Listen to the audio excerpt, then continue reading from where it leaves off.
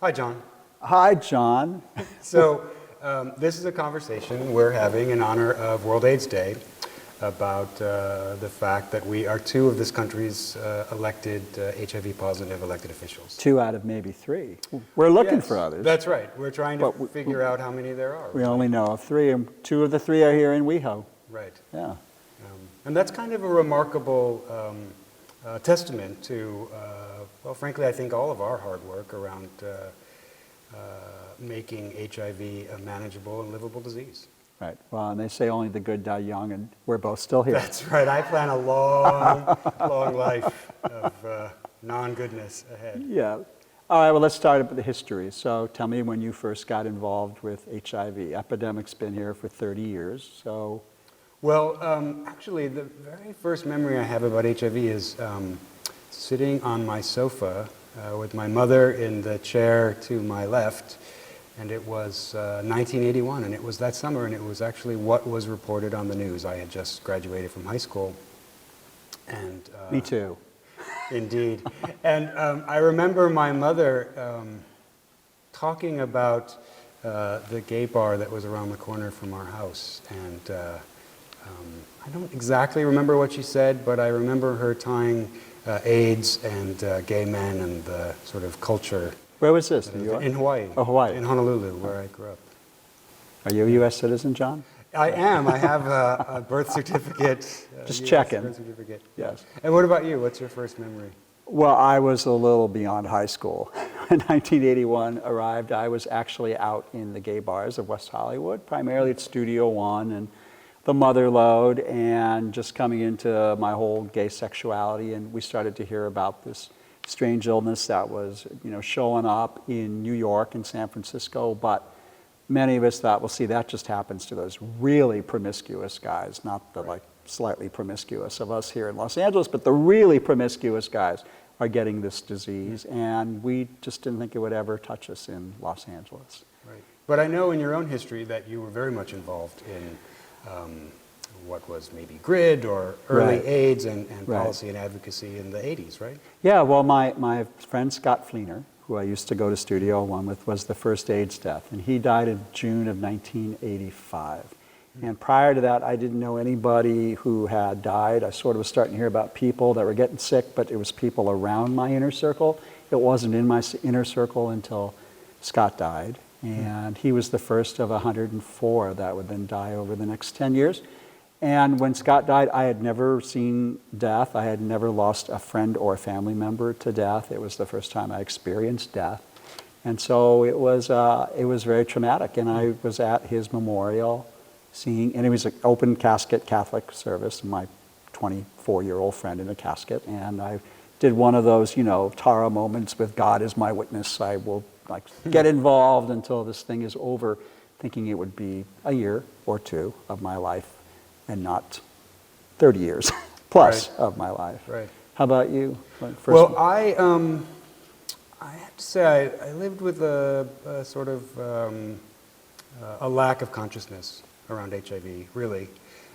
Even in some way through my own HIV tests. I was tested, I used to say I was tested the first and only time in 1988. But in fact, I had to test, and then they used to have you test again to make sure it was right. And that was in the summer of 1988. Wow. And I remember getting that diagnosis and thinking, I just don't really think I'm going to die of this disease.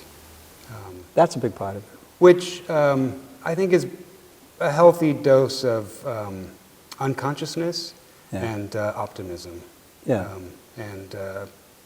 So that's sort of where it started. And then, it was 7 months later I went to, I had applied to graduate school after that, and I went to graduate school, and it was at the University of Houston. And I said, well, what do I need to do? What's happening? And she said, well, you need to do this, and you need to get a T-cell test, and you need to do this, but we don't do any of that here. This is the student clinic. And thus began my life as an advocate. And I said, well, I'm a student. You need to start doing it. Wow. And I was the first T-cell test the University of Houston clinic ever conducted. And after that, it became sort of a major clinic for people living with HIV in Houston. And I think my history with HIV is small and incremental, sized sort of to my personality in some way.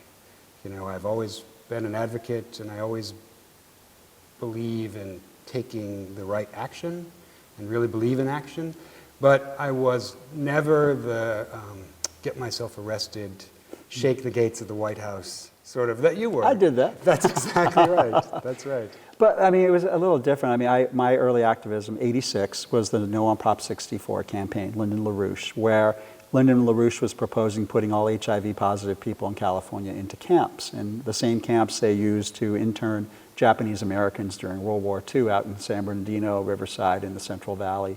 And I mean, many of us said, oh, they'll never do that. And then we remembered, oh, wait a minute, we did do that. Right. To like not only Japanese Americans, but Chinese Americans, Korean Americans, anybody, that appeared to be a threat to national security. We took away their livelihoods and put them in camps. So it was very real. And we beat the LaRouche initiative. And then shortly thereafter, we had the National March on Washington, October 11th, 1987, where ACT UP was born out of that march.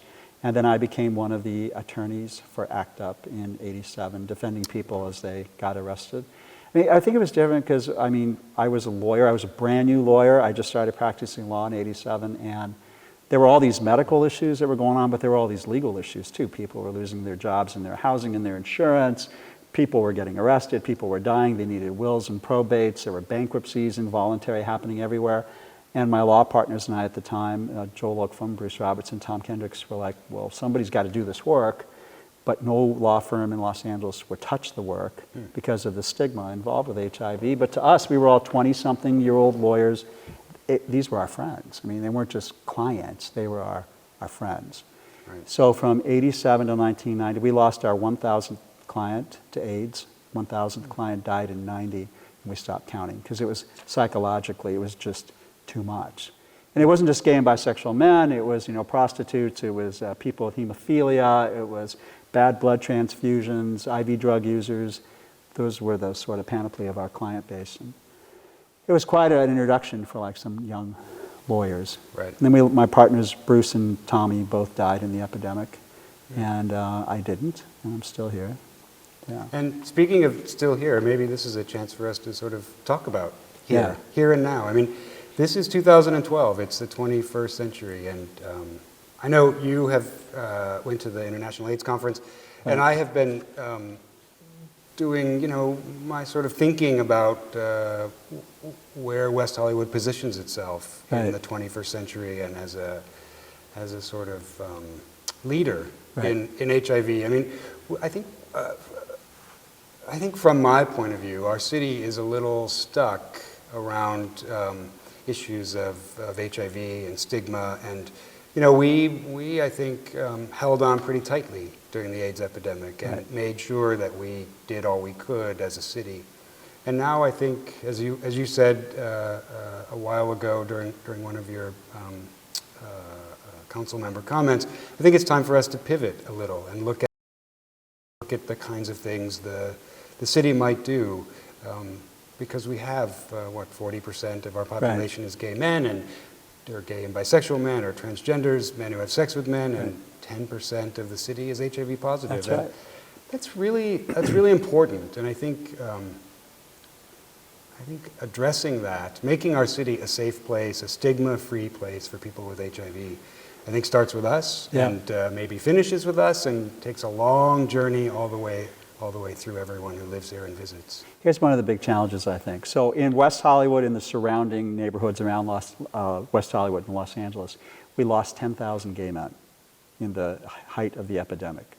So people who were here in the 80s and the 90s and mid-90s, everybody knew somebody who died, right? Because it was in our face: Kaposi's sarcoma, toxoplasmosis, pneumonia, CMV retinitis, all these really strange, exotic, horrible diseases was constantly in our face as we watched people all around us perish. I mean, it was like a war zone. You lose 10,000 people in a neighborhood, you notice, right? Now, because of the new drugs, we're no longer seeing any of those opportunistic infections. And what we know is, yes, it's important to use traditional messages around use a condom, use a condom, use a condom. That's like a foundation. That hasn't changed. But the new infections, male to male, new infections are on an increase in Los Angeles County, even though we've been using that condoms. So it means readjusting strategies. Because without the deterrent of people seeing the face of AIDS, which they're not seeing, instead it's become what people think is a manageable chronic illness I can take a pill around. We don't have the same sort of deterrent, so we have to use new deterrents. And one of the things you and I have been talking about is creating a virus-free community. Right. Yeah. Reducing the community viral load. And that comes from getting tested and getting into treatment, and then adhering and paying attention to the way in which you take care of yourself. Well, that's it. You have to be compliant. I mean, we're trying to reinforce this message. Get tested. If you're positive, get on meds. If you're on meds, get down to undetectable levels, and then be compliant with your medications. But we have this extra overlay called the crystal meth epidemic. In West Hollywood, people who are doing meth are not thinking about taking their meds once or twice a day. So then they're not able to reach undetectable levels. They build up resistance to the medications that exist, and we end up with another round of new infections. So, these are just two strategies. There's more that we can do in West Hollywood. Yeah, use a condom, save for sex, and get on meds and become undetectable. Because if we can get the community's viral load down to undetectable levels, like you say, then that means less transmissions, and maybe a dream would be like no new transmissions would be wonderful. Right. And I think there's more. I mean, there's always more. There's more to everything. But in this case, I think there's more that's about the culture of HIV in our community and trying to make West Hollywood a place that's safe for people with HIV. And I think that's it might even be a loaded statement, but there are, we all have seen online people not wanting to be associated with people who are HIV positive, or have sex with people who are HIV positive. And I think we send a message, as long as that exists, we send a message that it's something not to talk about, it's something not to be open about. And I think it's in that silence, once again, we return to the same metaphor that silence equals death. Yeah. And it may not be death, but it's a cause that does not get attended to, and that cause is taking care of ourselves, taking care of our community. And I think our community is larger than just the gay, bisexual, transgender, people who live here in West Hollywood. But what is it? 200,000 people visit West Hollywood every week. Right. I mean, that's a lot of people that come through here, and we could have an effect. We could take charge of the community narrative around HIV. Well, West Hollywood is one of the red hot zones of the epidemic. Right. I mean, when we were keeping track of AIDS deaths, West Hollywood was a big red dot in the middle of Los Angeles County, along with South Central. And that's still the case. If you look at the LA County recent statistics, you really see that it's right here, and it's both the people who live in West Hollywood and the surrounding neighborhoods, but it's also people who drive here to go to our bars and clubs and spend an hour or the weekend. And I think that's where some of our growing edge is, learning to communicate that West Hollywood takes seriously HIV and our sort of 21st century plan for reducing the viral load in the community and making stigma-free HIV associations for those of us like you and me who are out in the community, and for everyone who visits. Yeah, let's talk about that stigma for a second, because that's really an important thing. So on a lot of the hookup sites around West Hollywood, Grindr, Adam for Adam, the various hookup sites, there will be people who say, HIV negative, you be too. And when I confront some of these guys and say, is that your screening device? You just assume that somebody you're about to engage in casual sex with is, one, going to be honest, or two, knows his status, and that's going to be your screening device before you decide whether or not you're going to be barebacking with somebody you're just meeting online for the first time. And I can't tell you the number of guys who have used that as their filter who are now positive. Right? Or other guys who will, start dating somebody and believe they're in a monogamous relationship, and therefore they can now do, abandon the condoms, and then they end up positive too because there's some bad decision making. So it's not a foolproof screening device, and yet what happens is guys who are positive become stigmatized as the other. Right. And the only foolproof way, 100%, is personal responsibility for each individual, whether you're a negative or a positive. For a negative, it means, practicing safer sex 100% of the time until you're absolutely sure that you're in a trusted, relationship where there's monogamy. And then if you decide to bear back, I don't care. You know. When people ask me about that, I always say it's the 30-30-30-30 rule. That if you meet someone and you're having sex in 30 minutes, you should probably use condoms. Yeah, that's right? That's a good way to look at it. And if it's 30 hours later, maybe you know their HIV status. Or their last name. Yeah, and if it's 30 days later, maybe you've both went and had a test together. And if it's 30 months later, you pretty much have it down. Yeah, exactly. And for me, I mean, I've been in a relationship for 20 years with my husband, right? We're both HIV positive. We have a sex life that is very much consistent with who we are and what's going on with us. Right. But I think there's never enough opportunity or opportunities taken for two people who are HIV negative to have a life in which they don't use condoms. Right. And we know that goes on. Of course it does. And if we're talking about marriage for real across America, I mean, we can't say we need to be thought of as equal and we need to be able to get married, but we still are not equal because we have to use condoms through our whole marriage. I mean, that's like a broken promise to gay men across the country. And I think that's the kind of thing that starts here in West Hollywood, is we have to have a much deeper, richer set of conversations around when people are using condoms now, because we know that people don't use condoms 100% of the time. Right. Some people do, the vast majority doesn't. But we also don't create any space for people who don't want to. And there are things, there's PrEP and PEP, post-exposure prophylaxis and pre-exposure prophylaxis. And, we need to have those conversations. We need to make space for people to live their lives. And I think until we render visible all the opportunities and all the ways in which HIV negative people can take care of themselves and HIV positive people can take care of themselves and the community can take care of itself, I think we're really not having the whole conversation. And it is 2012. Right. It's not 1996. David Ho changed the world in 1996. And maybe we need, David Ho 2.0, in which we say, the world has deconstructed itself, and so has AIDS, so has HIV, and people will find themselves in different places around the continuum at different times in their lives, and we need to learn to say that's okay. Right. I think the question too for HIV positive people like us is when to disclose, right? No, for sure. I'm dating, whatever that means. And so, trying to figure out when I disclose my HIV status under what circumstances is always a challenge for those of us that are out there and positive. I know, for example, deep kissing is not a way to transmit HIV.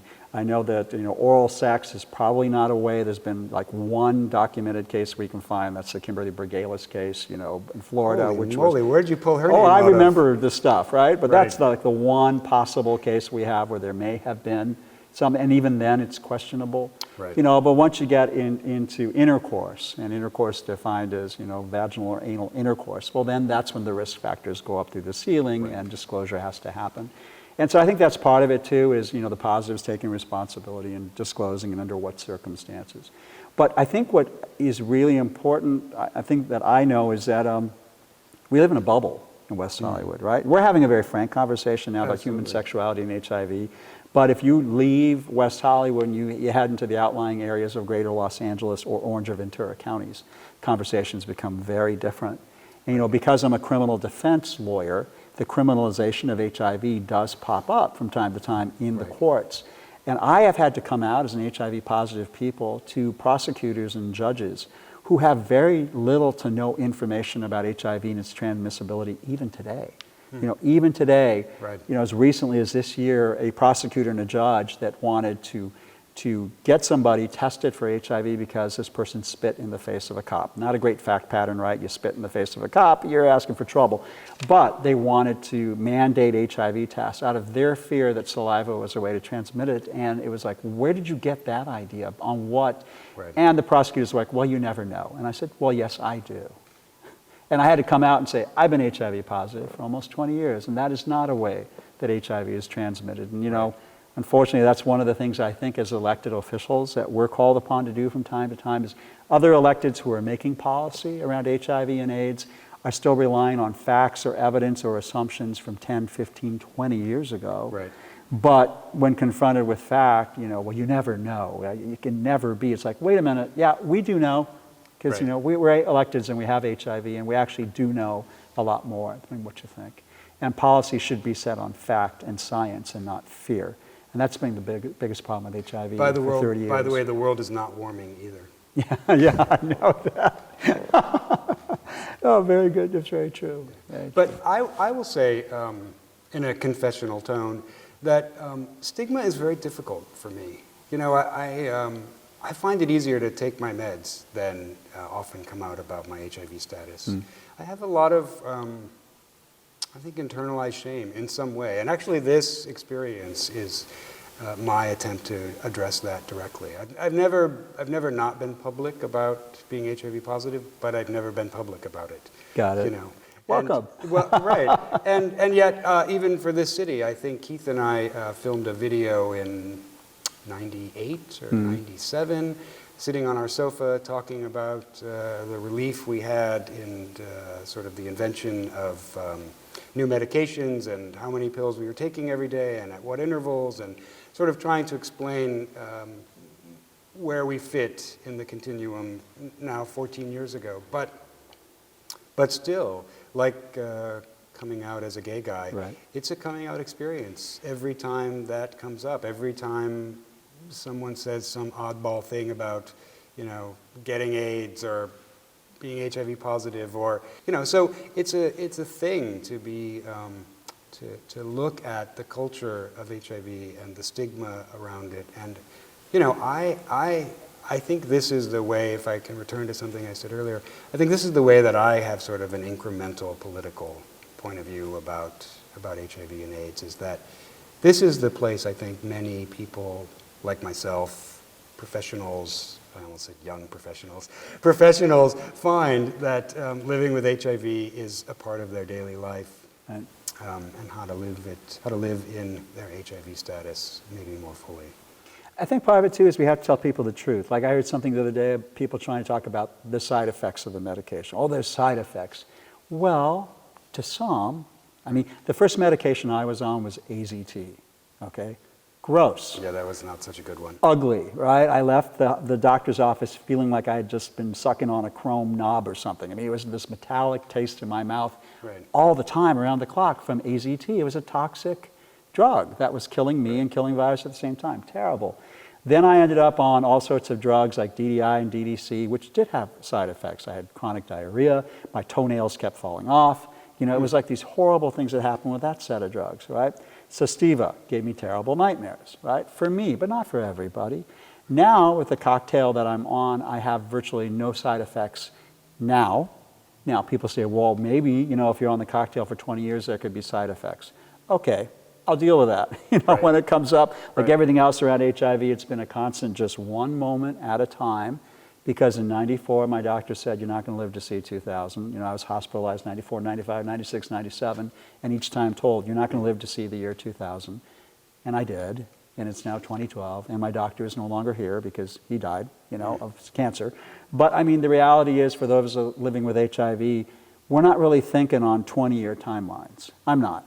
I am. Yeah. Well, that's great. Yeah. That's great. I live in my optimistic, Yeah. slightly unconscious world around that. Part of it may be, another program that I'm involved in where I just need to take it one day at a time. Got it. At times. Got it. I'm just about one day at a time. But the reality is, whatever life is going to throw at me as an HIV positive person, I'm going to deal with when it comes. But I can't be dealing with fears about what's going to happen to me 10 years from now, 20 years from now, 30 years from now. Right. I never thought I'd grow to be a 40-year-old. Well, I'm beyond 40. Just leave it at that. Right. And happily beyond 40, and somebody who's had more than half of my life now involved in an epidemic. And I do think that our calculations and our optimism, as you speak about, that we are in the final chapters of HIV. Will be 5 years, 10 years, 15 years, I don't know. But I think that the strategy now of a viral-free community means reducing the number of new transmissions, give us a chance to get everybody caught up, and then eventually get to vaccine and possibly cure, is within reach. It's within reach, and that's the first time you know, that I've been able to say that they're saying that. It's not just me saying it. People at the International AIDS Conference on AIDS are saying it. A lot of the top scientists are saying it. The light at the end of the tunnel is not a train like coming at us to hit us. Right. It's actually the light at the end of the tunnel to finally get out of the epidemic. And I think what we can do as elected officials in West Hollywood is we can rethink this for our city, how our social services are delivered in terms of people living with HIV, Right. how we target prevention messages, how we work with our county partners and our state partners and our federal partners around what happens here in West Hollywood as a hotspot. Right. And I think, you know, that's our charge, John. You and I, we need to do that, and I'm sure our colleagues will follow us if we ask, and I think we're going to ask, because it's clearly important that we show some leadership at this point, I think, from my point of view. I doubt you disagree. And some of that leadership is to acknowledge that the disease is different, to acknowledge that West Hollywood is still an epicenter, maybe now more than ever, and that we can have a real effect if we take some action. Something that's really kind of interesting that I learned at the conference on AIDS, people in Africa, when given the option for the treatments and the drugs, are 100% compliant. People in West Hollywood are not. Right. Like people in Africa don't have the luxury of thinking about skipping a dosage because they're in basic like life survival stuff in Africa. Right. You know, gay and bisexual men in West Hollywood are, you know, thinking about the next white party or what they're doing this weekend and, oh, I forgot to take my meds again. It's just really interesting to see the disparity in compliance, that people in places where you think there'd be a bigger challenge are actually seeing viral-free communities coming together more quickly than us here. And so that's part of our challenge. That's our challenge. Absolutely. That's our challenge. Anything else we need to say? Oh, we were going to ask other HIV elected officials to give us a call, not anonymously, confidentially or publicly, because Right. I think this is an opportunity for us. I think that's it. There may be more than 3 of us around this country, and if so, let's have them contact us. That's the one thing. And the second thing is to tell people that you and I are now at the beginning of starting some sort of an AIDS monument. I don't know, monument would be too strong of a word. You and I have been talking strong about for me, but, something. yes. But we want to create a public symbol or a plaza or something in West Hollywood to, one, not only remember all those who died, but 2, to recognize the heroic efforts of many of the women and men in the greater West Hollywood community who were called into battle and who answered and who are actually responsible for addressing this epidemic when the federal and state government would not. And so we're going to do that, and we're just at the beginning conversations, and we look forward to telling people in the community more about that. Right on. Thanks, John. Thanks, John. Sure.